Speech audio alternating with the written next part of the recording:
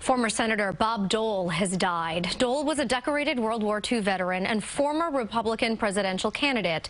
The 98-year-old had been battling lung cancer.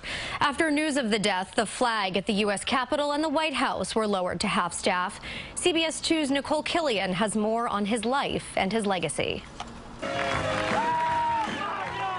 In the prime of his life, Bob Dole was one of America's most well-known Republican politicians, a World War II hero who wanted to become president.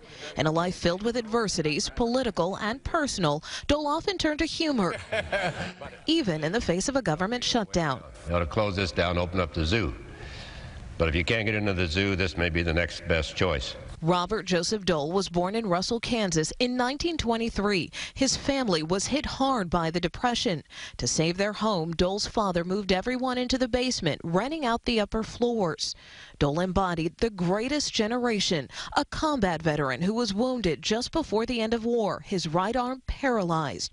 The injury and 4-year recuperation dashed his dreams of becoming a doctor, so he went to law school, which led to politics. Dole was elected to the U.S. House of Representatives in 1960 and 8 years later to the Senate. I've just listened to the President of the United States, and I must say, I don't know who gives him advice, but I don't think he's telling the American people the truth. After 2 failed bids to become the GOP presidential nominee, Dole left the Senate in 1996 for one final push. And my time to leave this office has come, and I will seek the presidency with nothing to fall back on but the judgment of the people, and nowhere to go but the White House or home. He won the Republican nomination, but lost the election in a landslide to Bill Clinton. After his defeat, Dole became a fixture on late-night TV and even a Viagra pitchman. He returned to Washington when his wife Elizabeth was elected to the U.S. Senate from North Carolina. He never stopped fighting for his causes, championing humanitarian issues and winning the World Food Prize in 2008 for combating hunger.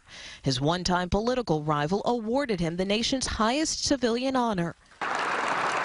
And in 2018, Dole's former colleagues gave him their highest recognition, the Congressional Gold Medal. Later that year, Dole paid tribute to President George H.W. Bush, one American patriot to another. Nicole Killion, CBS News.